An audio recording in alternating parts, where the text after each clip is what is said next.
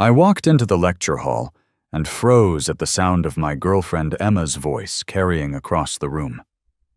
She stood near the front row, animated and laughing, positioned strategically close to David Thornton, the undisputed academic star of our engineering program and her longtime crush. "An internship at Redwood Systems?" Emma's voice dripped with theatrical amusement. "Patrick, that's basically a glorified data entry position. You do realize they're a third-tier company, right?" David glanced at me with what looked like second-hand embarrassment, but Emma continued, emboldened by his attention. "I mean, congratulations on getting something, I guess. But let's be real. Redwood is where careers go to die. David here got accepted to Quantum Dynamics' executive training program. That's an actual achievement." 20 pairs of eyes turned toward me. The internship offer letter felt like lead in my backpack. I'd been excited to tell Emma about it. Redwood Systems was smaller than the tech giants, but they were doing innovative work in network infrastructure. The position included real project involvement, not coffee runs. I'd researched the company thoroughly, talked to alumni who'd worked there, and felt genuinely proud of the opportunity. But watching Emma perform for David, weaponizing my achievement as a prop to elevate him and diminish me, something crystallized in my mind with perfect clarity. This wasn't love. This was convenience with an expiration date. "Emma," I said, my voice level and clear, "we're done." She blinked, her smile faltering. "What?" "Our relationship. It's over, effective immediately." The laughter in her eyes died, replaced by confusion, then irritation. "Patrick, don't be dramatic. I was just joking." "No, you were humiliating me to impress someone else. There's a difference." I kept my tone neutral, matter of fact. "I deserve a partner who respects me, especially in public. You've made it clear that's not you." "Oh, come on." She crossed her arms, glancing at David as if seeking validation. "You're seriously breaking up with me over a joke? That's incredibly insecure. I'm ending a relationship with someone who thinks belittling their partner is acceptable behavior. That's not insecurity. That's self-respect." I turned to leave, and she grabbed my arm. "Patrick, wait. You're overreacting."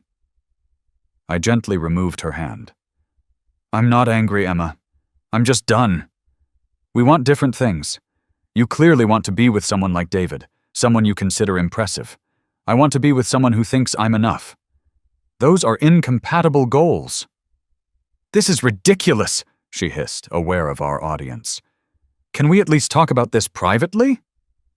"There's nothing to discuss. I wish you well, but we're finished."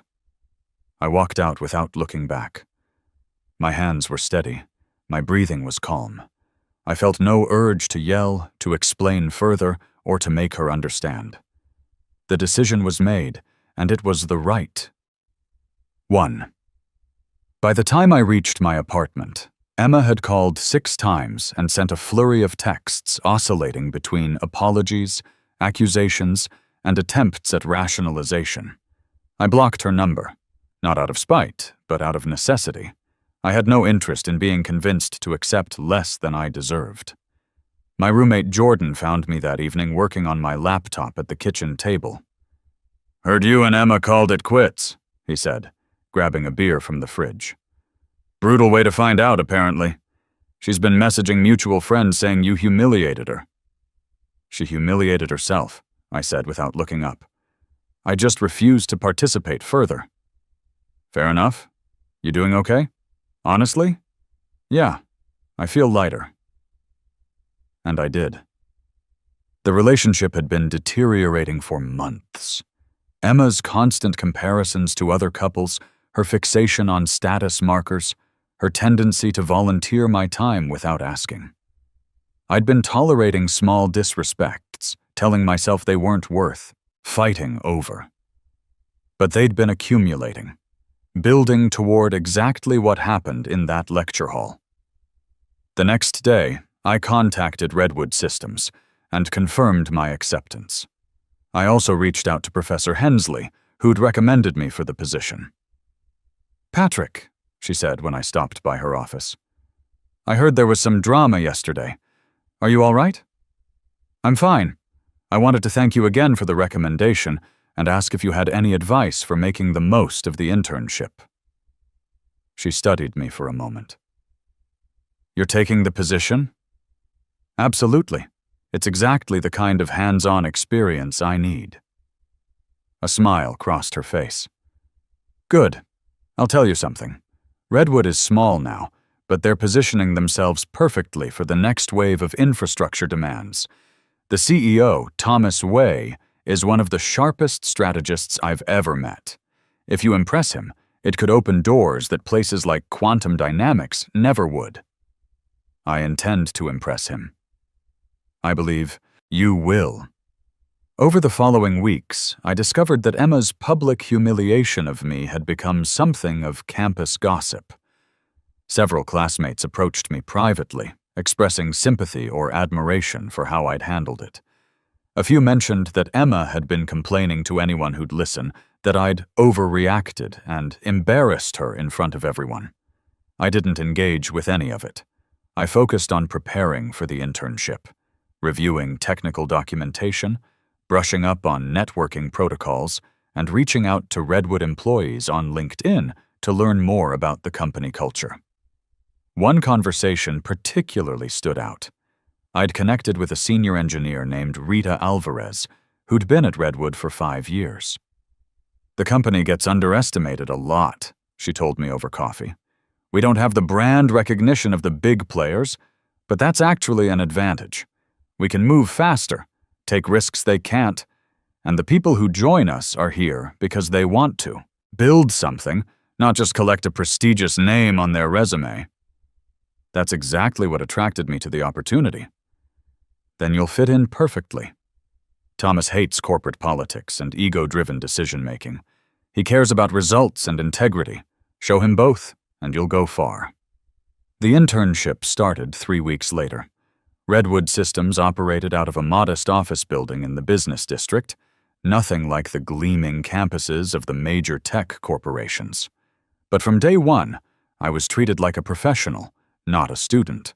My supervisor, Linda Ramirez, assigned me to a team working on a new routing protocol designed to optimize data flow in edge computing environments. The work was technically challenging and meaningful. I wasn't fetching coffee or filing paperwork. I was writing code that would actually ship, attending design meetings, and contributing ideas that were seriously considered. The team dynamic was collaborative and intellectually rigorous. During my second week, I identified a potential inefficiency in our load distribution algorithm. I spent a weekend running simulations and developing an alternative approach, then presented it at our Monday stand-up. Linda listened carefully, asked probing questions, then turned to the team. "Thoughts?" "The logic is sound," said Jake, one of the senior developers. "We'd need to refactor the entire middleware layer, but the performance gains would be substantial." "How substantial?" Linda asked. I pulled up my simulation results. Based on these models, we're looking at a 38% improvement in peak load scenarios and a 22% improvement in normal operations. The room went quiet as everyone studied the data. "Let's prototype it," Linda decided. "Patrick, you'll lead the implementation with Jake as technical advisor. If it performs as projected in real-world testing, we'll integrate it into the production build." That moment, being trusted with significant responsibility based purely on the merit of my work, felt more validating than any academic honor I'd received.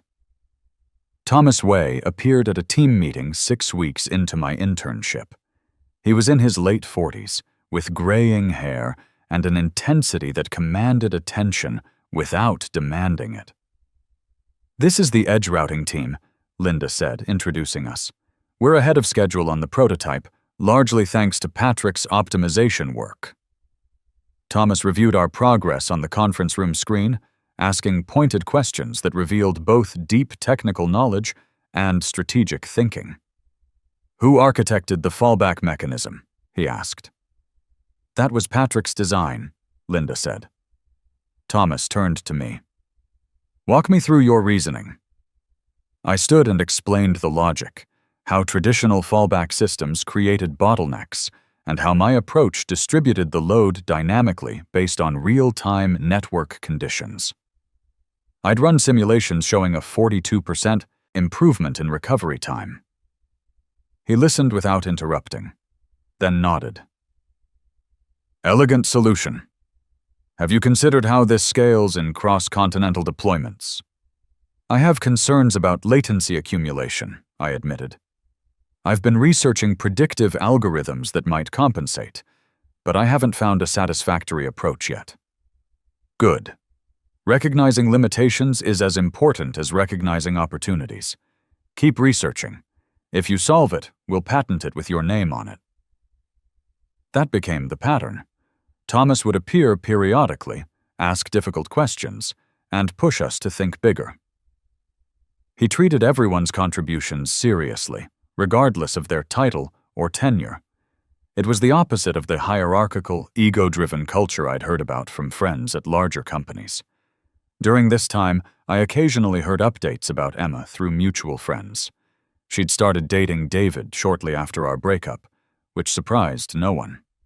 They'd become one of those couples who projected constant perfection on social media, always at the right restaurants, the right events, surrounded by the right people. I felt nothing seeing those updates. No jealousy, no vindication, just mild disinterest. My internship was supposed to end after the summer semester, but Thomas called me into his office in late July. "I want to offer you a full-time position," he said without preamble. "Conditional on finishing your degree, obviously.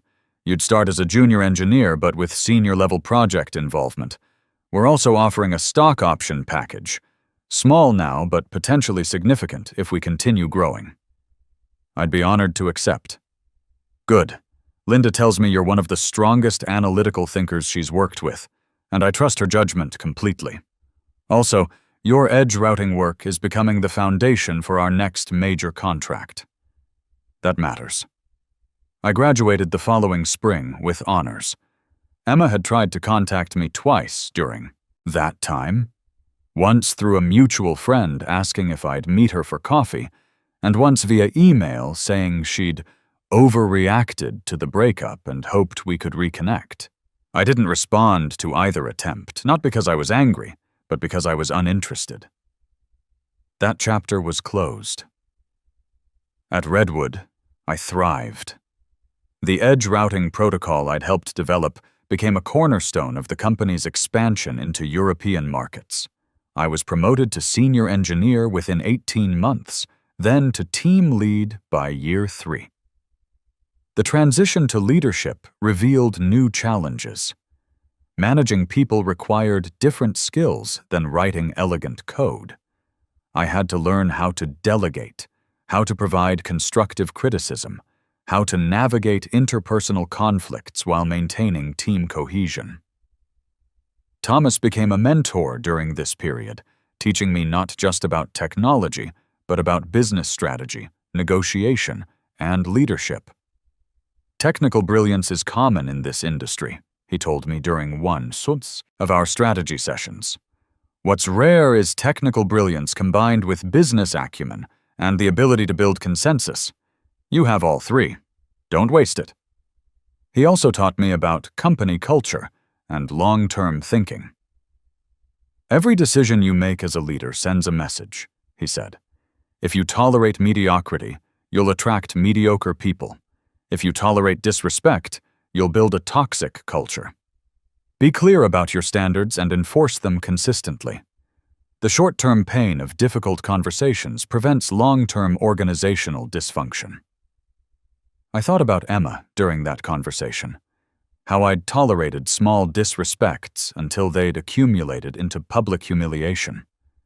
The lesson applied professionally as much as personally. By my 5th year at Redwood, I was director of engineering, overseeing 4 teams and a significant portion of the company's product development. We'd grown from 80 employees to over 400. Our contracts included 3 Fortune 100 companies and multiple government agencies. The industry had started paying attention. We'd also weathered significant challenges. A major competitor tried to poach half my team with inflated salary offers. A critical product launch had technical issues that required 3 weeks of 18-hour days to resolve. A partnership negotiation nearly collapsed over intellectual property disputes. Each crisis taught me something. The attempted poaching taught me that people stay for culture and mission as much as compensation. We only lost 2 team members, and both returned within a year. The product launch taught me the importance of contingency planning and transparent communication with clients. The partnership dispute taught me when to compromise and when to hold firm. Thomas announced his retirement when I was 28 years old. "I'm recommending you as my successor," he said. "The board has final approval, but they trust my judgment. You've earned this, Patrick. The question is whether you want it. Are you really asking if I want to be CEO of the company I've helped build?" He smiled. "Some people prefer to stay technical. It's a valid choice. Being CEO means less hands-on engineering, more politics, more pressure. Your decisions affect hundreds of people's livelihoods. It's not for everyone. I want it. I'm ready for it. I think you are too. But I need you to understand something. Leadership at this level is lonely. You can't be friends with your direct reports the way you were as a team lead. You'll make decisions that hurt people you care about. You'll carry responsibility that keeps you awake at night. And you'll be criticized constantly, often unfairly. I understand. Do you? Because I've seen brilliant engineers become miserable executives. They miss the clarity of technical problems, the definitive right answers. Leadership is messier. You optimize for outcomes you can't fully control based on incomplete information, knowing that even good decisions sometimes lead to bad results. That doesn't scare me, I said. What scares me is wasting potential. Redwood has the talent and technology to become a major player. We need leadership that can execute that vision. I believe I can be that leader. He studied me for a long moment. Then let's make it happen. The board approval process took 3 months.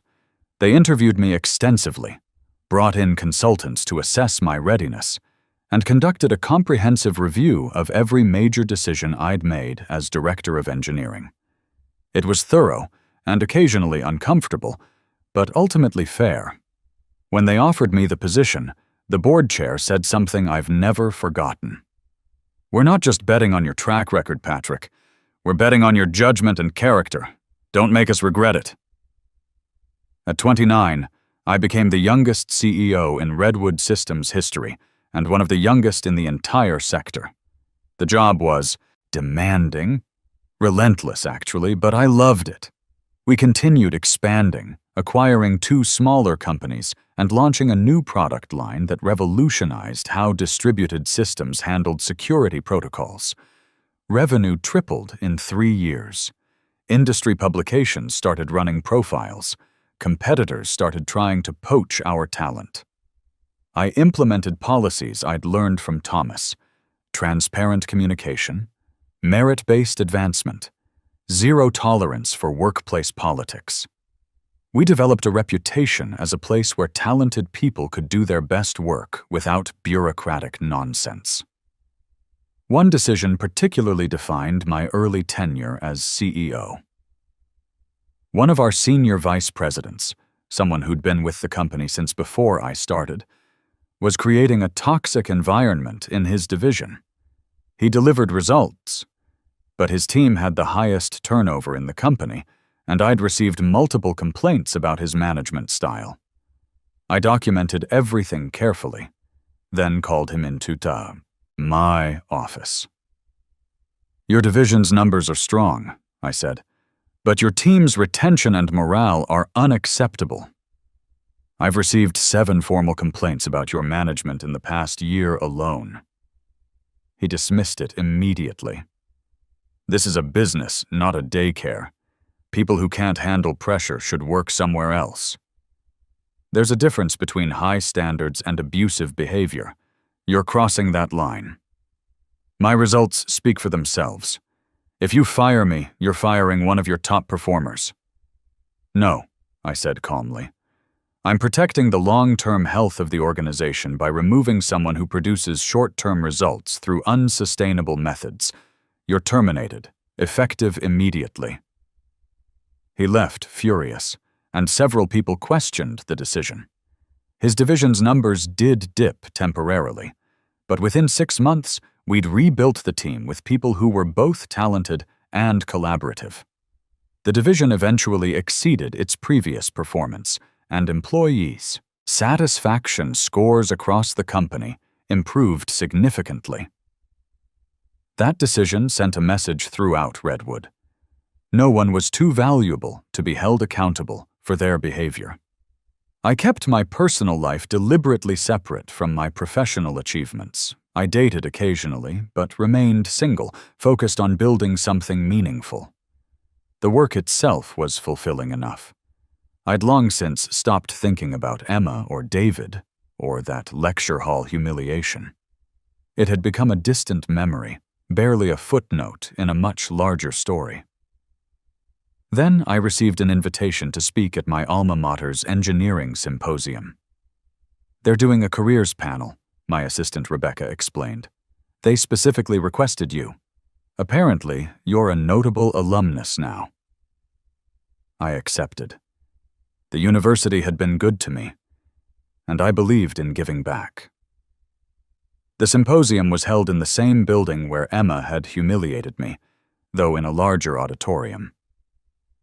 I arrived early, reviewed my notes, and chatted with the other panelists, a mix of industry leaders, researchers, and entrepreneurs. The moderator briefed us on the format. We'll do prepared remarks first, then open Q&A.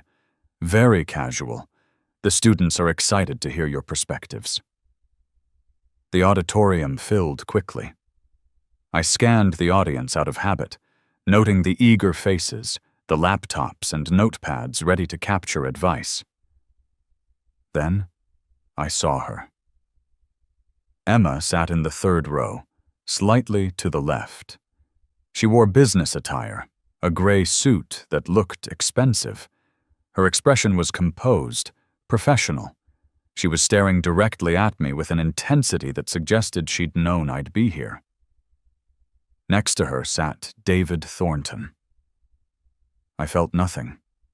No anger, no satisfaction, no curiosity. They were simply people from my past, now present in my current reality. I returned my attention to the moderator's opening remarks. Our first panelist is Patrick Morrison, CEO of Redwood Systems, which has become one of the most innovative players in network infrastructure. Patrick graduated from this very program 9 years ago. Tell us about your journey. I spoke for 12 minutes, outlining how I'd started with a modest internship that others had dismissed, focused on delivering value rather than chasing prestige, and built a career by staying curious and solving real problems. I talked about the importance of finding companies where your contributions matter, regardless of their name recognition. I discussed leadership, adaptability, and the long-term thinking required to build something sustainable. The students listened intently, many taking notes. During the Q&A, a young woman raised her hand. How do you handle people who doubt your decisions or dismiss your potential? I smiled, thinking of that lecture hall moment. Early in my career, someone I trusted publicly belittled an opportunity I was excited about. They thought it wasn't prestigious enough, wasn't impressive enough. At the time, it hurt, but it also taught me something crucial. other people's limitations aren't your limitations. Their inability to see value doesn't diminish that value. I took the opportunity they mocked, worked hard, and built something meaningful from it. The best response to doubt is simply to prove it unfounded through your actions, not your arguments. Scattered applause. The young woman nodded thoughtfully. Another student asked about technical challenges. I discussed how we'd solved a particularly thorny latency problem in our global deployment last year. Another asked about work-life balance. I was honest about the demands of leadership, while emphasizing the importance of sustainable practices. A young man asked about my biggest mistake. Waiting too long to set boundaries, I said immediately. In relationships, in work situations, in any context where respect is being eroded gradually. The moment you recognize a pattern of disrespect, address it. Don't tolerate it hoping it will improve. It rarely does. And the longer you wait, the harder it becomes to enforce boundaries you should have set from the beginning. After the formal panel, there was a networking reception. Students circulated, asking questions and exchanging contact information. I spoke with a dozen young engineers, offering advice and encouragement. Then Emma approached. She'd waited, I realized, until most of the crowd had dispersed. David stood a few feet behind her, looking uncomfortable. "Patrick," she said. "It's been a long time." "Emma, how are you?" "I'm well. I'm working in project management at Stellar Consulting. Good firm, interesting clients." She paused, clearly gathering courage. "I wanted to say, I've thought about what happened between us many times over the years. The way I treated you in that lecture hall was inexcusable. I was young and stupid and trying to impress people who didn't matter. I'm genuinely sorry." Her apology seemed sincere, her regret apparent. But it also came 8 years too, late, and from a position where she now understood what I'd become. "I appreciate you saying that," I replied neutrally. "I've followed Redwood's growth," she continued. "What you've built is remarkable. That internship I made fun of. God, I was so wrong. About everything." David shifted uncomfortably behind her. "We all make mistakes when we're young," I said. "The important thing is learning from them." She searched my face, perhaps looking for warmth or connection or forgiveness beyond the words. "I've regretted losing you more than you probably realize. If I could go back and change that day, but you can't," I said gently. "None of us can change the past. We can only move forward." "Right. Of course," she hesitated. "Would you be open to getting coffee sometime? Catching up properly?" This was the moment, I realized, that I'd imagined in a dozen different ways during those first angry months after the breakup. The moment where she'd see what she'd lost, where I'd have the option of rejection or reconciliation, where the balance of power had completely reversed. But standing there, I felt only a mild sense of closure. No desire for revenge. No temptation toward reconnection. Just neutral acknowledgement of a past chapter that had ended exactly when it should have. "I don't think that's a good idea," I said calmly. "I've moved on completely, and I'm genuinely happy with my life. I hope you're happy with yours. But we don't need to revisit what didn't work." Her face fell, the professional composure cracking slightly. "Of course. I understand." David stepped forward, extending his hand. "Patrick, congratulations on everything you've accomplished. Truly impressive." I shook his hand. "Thank you. How are things at Quantum Dynamics?" "Actually, I left there 4 years ago. I'm at Stratosphere Technologies now, senior architect role. It's good work, but..." He glanced at Emma, then back at me. "The trajectory we all expected didn't quite materialize. Turns out having the top grades doesn't guarantee success in the real world." "It's one factor among many," I said diplomatically. Emma's jaw tightened slightly. David's being modest. He's done very well. I'm sure he has, I said, meaning it. The industry has room for many different types of success. A student approached with a question, giving me a natural exit point. I excused myself politely and turned my attention to the young engineer who wanted advice about specialization versus generalization. I saw Emma and David leave together 15 minutes later. She looked back once, her expression a mixture of regret and something harder to define. David's hand was on her lower back, but there was a visible tension between them, the kind that suggested old conversations replayed too many times. The symposium ended, and I drove back to my apartment in the city. I'd purchased a place with a view of the river, not ostentatious, but comfortable and mine. The walls held art I'd would, collected during business trips. The shelves contained books I actually read. It was a space that reflected who I'd become, built through deliberate choices rather than attempts to impress. That night, my phone buzzed with a LinkedIn message. Emma had written a longer note, expanding on her earlier apology, explaining how she'd spent years regretting her choices, how seeing me successful had made her realize what she'd thrown away. She mentioned that things with David weren't what she'd imagined, that she'd built her life around impressing others rather than building something real. I know I don't deserve another chance, she wrote, but I needed you to know that losing you was the biggest mistake of my life. You were real in a way that no one else has been since.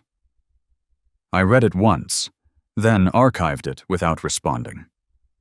The next morning, I had a board meeting to discuss our expansion into Asian markets.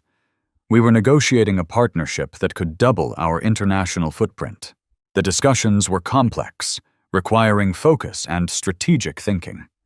I prepared thoroughly, as always, and entered the meeting confident in our position. 3 months later, Redwood Systems announced the partnership at a major industry conference. The deal was significant enough to make national business news. Our stock price surged 23% in a single day. Industry analysts called it a game-changing move that positioned us to compete directly with companies 10 times our size. Rebecca showed me a business magazine profile that mentioned my background. From modest internship to CEO in under a decade, Morrison represents a new generation of tech leadership that values substance over flash. I kept a copy in my office, not out of ego, but as a reminder. A reminder that the path you choose matters more than the path others expect you to choose. That respect for yourself and from others is non-negotiable. That the right decision at the right moment, even when it's painful, can change everything. I heard through mutual connections that Emma's career had stalled at Stellar Consulting. She'd been passed over for promotion twice, despite strong performance reviews. The issue, apparently, was her reputation for office politics and status seeking. She'd spent so much energy managing perceptions that her actual contributions had become secondary. Her relationship with David had also deteriorated. They'd broken up and reconciled 3 times, each cycle apparently more bitter than the last.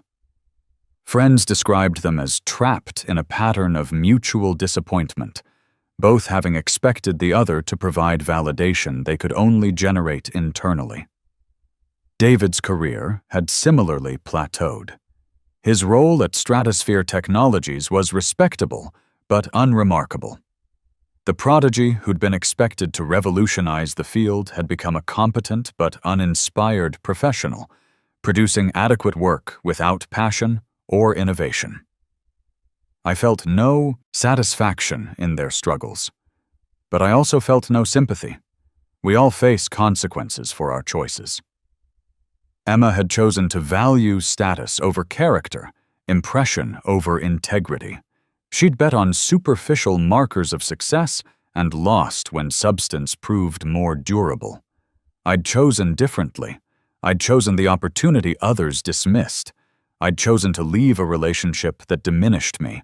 I'd chosen to focus on building value rather than broadcasting status.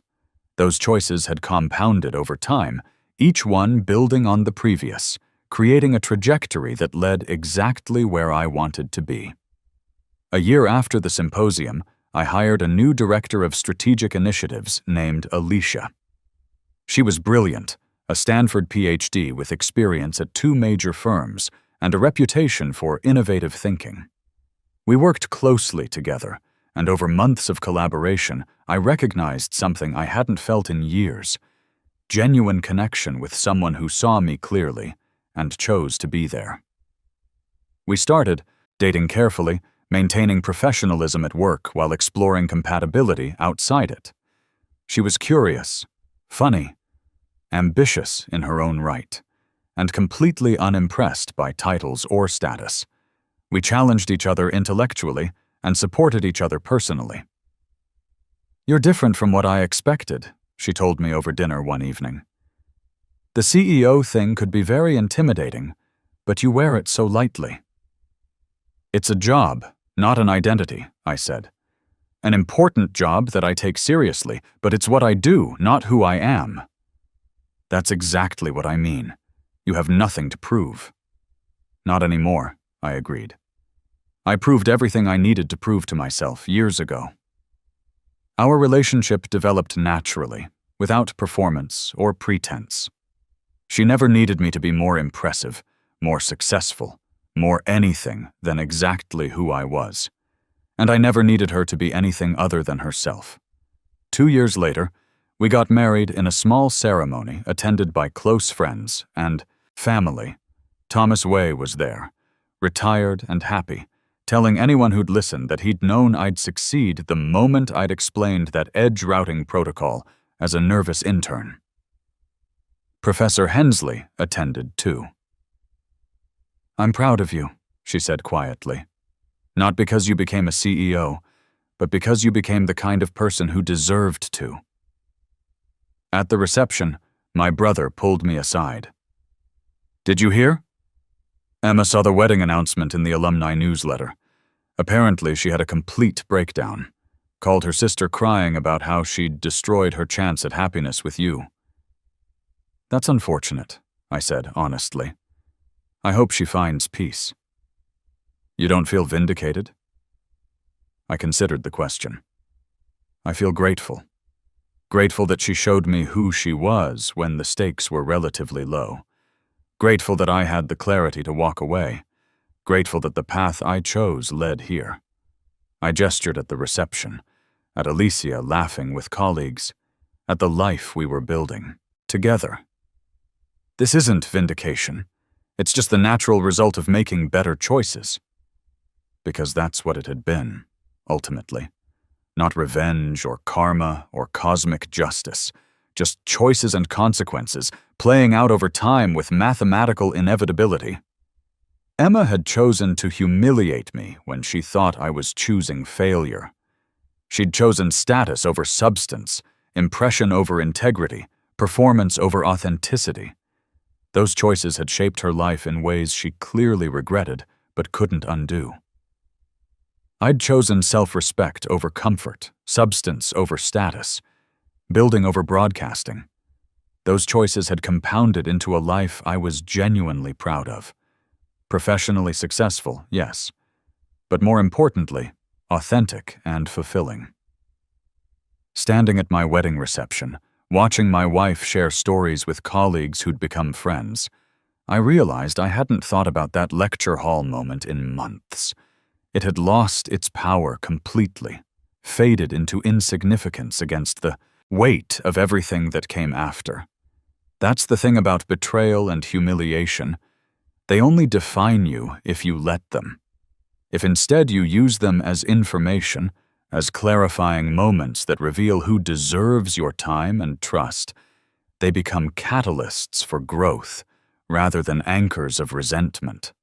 Emma had done me a favor, ultimately. She'd shown me exactly who she was in that lecture hall, and I'd been clear-eyed enough to believe her. That clarity had freed me to build something real. Years later, Rebecca mentioned seeing Emma at an industry conference. "She tried to talk to me," Rebecca said, "asking about you, about Redwood, about whether you ever mentioned her. It was honestly pretty sad." "What did you tell her?" "That you were busy and happy." "Which is true." "It is," I agreed. And it was. Busy with work that mattered, with relationships that nourished rather than diminished, with building rather than performing. Happy in a deep, sustainable way that had nothing to do with external validation and everything to do with internal alignment. The life I'd built wasn't perfect. No life is. But it was mine, constructed deliberately through choices made with integrity. That lecture hall moment had been a turning point, but not because of the humiliation itself, because of what I'd chosen to do in response. I'd chosen to respect myself enough to walk away, to focus on substance over status, to build value rather than chase validation, to surround myself with people who appreciated those qualities rather than people who weaponized their absence. Those choices, repeated consistently over years, had created a life worth living. Emma's regret was her own to manage. I bore her no ill will, but I also bore no responsibility for the consequences of her choices. She'd bet against me when she should have bet with me, and she'd lost that wager definitively.